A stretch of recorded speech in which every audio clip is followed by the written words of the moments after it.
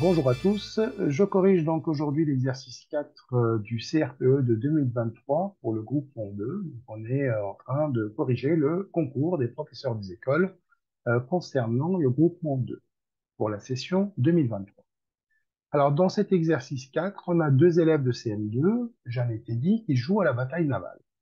C'est un jeu de société, les deux joueurs doivent commencer par placer 4 navires horizontalement ou verticalement, sans chevauchement. Donc, les deux navires ne doivent pas se toucher, ne doivent pas se chevaucher, pardon.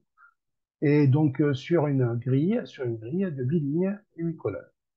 Cette grille, bien sûr, elle est tenue secrète. Donc, chaque candidat a sa grille. Il ne doit pas montrer à son adversaire. Et donc, on a un navire de 2 cases, deux navires de 3 cases et un navire de 4 cases. Alors, on va prendre un exemple. Donc ici, j'ai une grille donc, de 8 colonnes par 8 lignes. Et donc, on a un navire de 2 cases, deux navires de 3 cases, qui sont placés verticalement, et ici, un navire de 4 cases qui a été placé horizontalement par le candidat ou le joueur. Donc, on a deux joueurs qui placent donc leur navire. Donc, ils doivent ensuite tenter de faire couler les navires adverses en touchant toutes les cases de chaque navire. Pour cela, chacun à son tour énonce une case de la grille sous format lettre nombre, par exemple C2. Et si, lorsque le joueur énonce une case, son adversaire répond à l'eau, si la case énoncée est vide. Donc si C2, c'est le cas ici, elle est vide, donc à l'eau, pas de problème. Si la case est occupée, donc ça sera touché. Et si la case énoncée est occupée par un morceau de navire, et si toutes les autres parties du navire ont déjà été touchées, bah ça sera touché coulé. Voilà. Donc ici, par exemple, voilà, donc pour faire couler ce navire, il faut énoncer, donc il faut toucher E1, ensuite F1. Voilà, ça sera touché couler pour ce navire. Le gagnant du jeu, c'est lui qui fait couler chez son adversaire tous les navires, donc au sens de au sens de toucher toutes les cases de chaque navire. On l'a déjà précisé. Voici la grille de Teddy. Donc ici, c'est la grille qu'on voit à l'écran, c'est la grille de Teddy.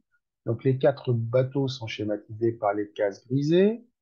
On suppose qu'à chaque tir, Jeanne choisit au hasard, donc ici aléatoirement, et de manière équiprobable. Donc chaque case a la même probabilité de sortir, de manière équiprobable, une case de la grille qu'elle n'a pas énoncée précédemment.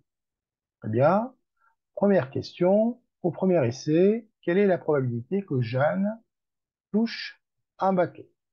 Bon, pour que Jeanne touche un bateau, on va appliquer la formule qu'on connaît. Donc la probabilité, donc je vais répondre ici aux questions. Donc pour la question 1, donc la probabilité de toucher un navire, donc l'événement ici je vais l'appeler toucher. Donc la probabilité de toucher un navire, ce sera la formule qu'on utilise en probabilité. Donc le nombre de cas favorables, je vais me décaler un peu à droite, voilà. Donc le nombre de cas favorables sur le nombre de cas total. Donc le nombre de cas favorables divisé par le nombre total de cas, on va appeler le nombre de cas possibles. Et donc pour qu'elle touche ici une cellule, ben, ça sera le nombre de cas favorables, ben, ça sera le nombre de cases grisées. Donc on en a 2, plus 3, 5, plus 4, 9, plus 3, 12.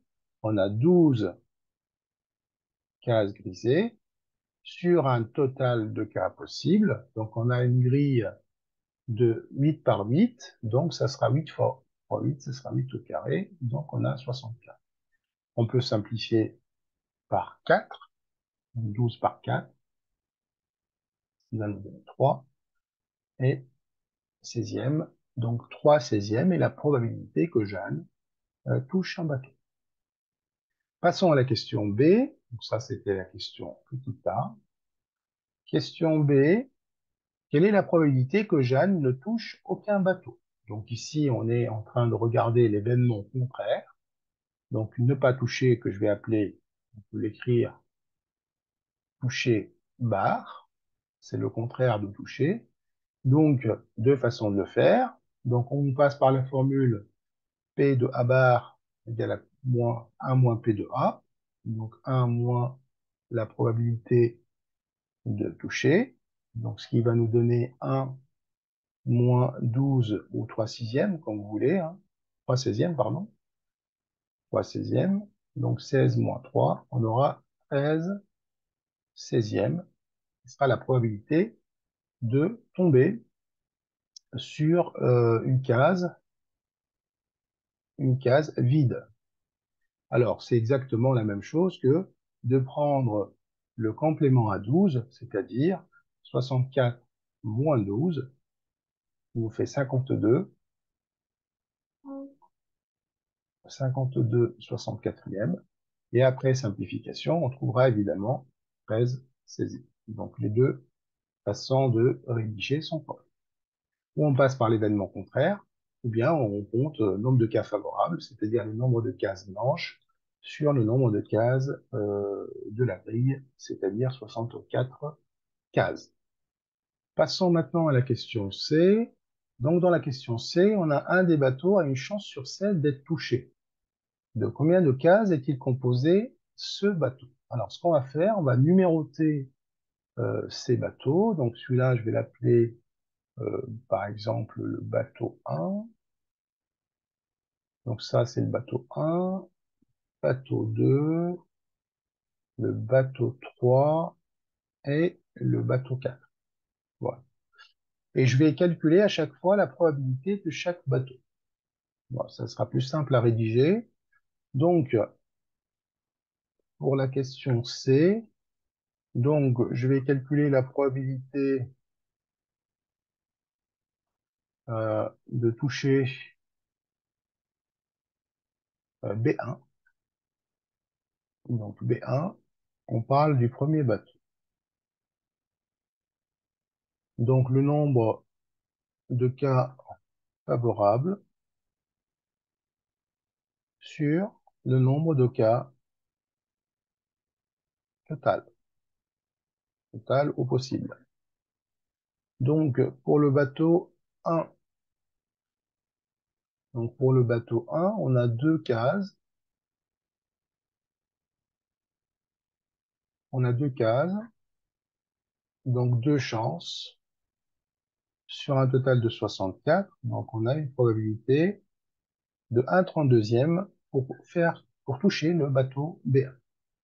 On va faire pareil, donc, pour le bateau B2. Donc, la probabilité de toucher B2, donc ici j'ai oublié un U. Alors, B2, il est formé de quatre cases. Donc, on a 4 chances sur 64, ce qui nous fait, en divisant par 4, une chance sur 16. Alors, calculons maintenant la probabilité de toucher le bateau B3. Alors, la probabilité de toucher le bateau B3, alors regardons la grille. Donc, B3 et B4 sont deux bateaux à 3 cases. Donc, on aura la même chose pour B4. Donc, la probabilité de toucher B3, c'est exactement la même euh, pour toucher B4. Et donc, c'est égal à 3 euh, possibilités, 3 cas favorables sur 64 possibles, ce qui nous fait 3 64e qu'on ne peut pas simplifier. Et donc, pour répondre à la question, on voit bien que la probabilité de B2, c'est elle qui nous intéresse, puisque dans l'énoncé, on nous a dit que un des bateaux a une chance sur 16 d'être touché. De combien de cases est-il composé? Et donc, il est composé de, donc B2 est composé de 4 cases. Donc, Donc, ce bateau, pour répondre à la question, hein, donc ce bateau est composé de, donc ce bateau est composé de, donc ce bateau est composé de combien de cases? On a dit de 4 cases.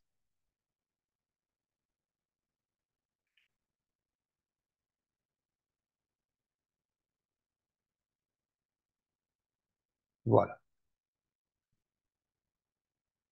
On a fini la question C.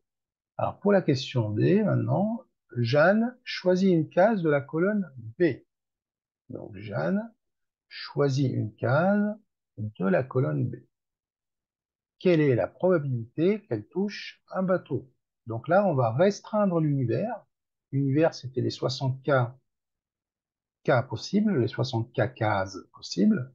Maintenant, on va restreindre l'univers. On va travailler uniquement sur la colonne B et on va appliquer la même formule. Nombre de cas favorables sur le nombre de cas possibles. Le nombre de cas possibles, maintenant, il est plus de 64, il est tout simplement de 8 cases, puisqu'on se balade dans la colonne B. Et donc, pour la question D, on aura 4 possibilités sur 8 cas possibles, 8 cas au total. Donc, on a 4 huitièmes de probabilité pour tomber sur une case grise et donc pour toucher un bateau. On va le rédiger. Donc, pour la question D, la probabilité de toucher un bateau, sachant, sachant qu'il se trouve,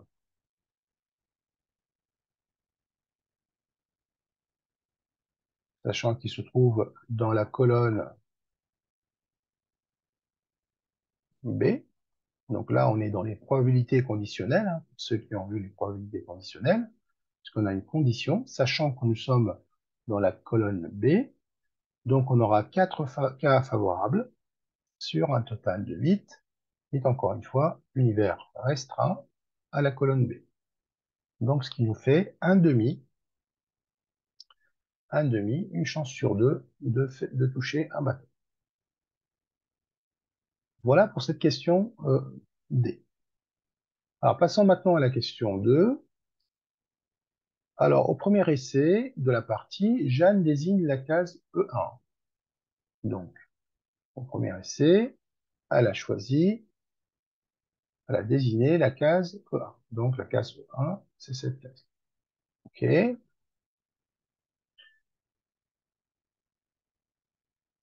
Ensuite, Teddy annonce toucher, c'est normal, puisqu'elle est tombée, elle a touché le navire composé de 2 cases.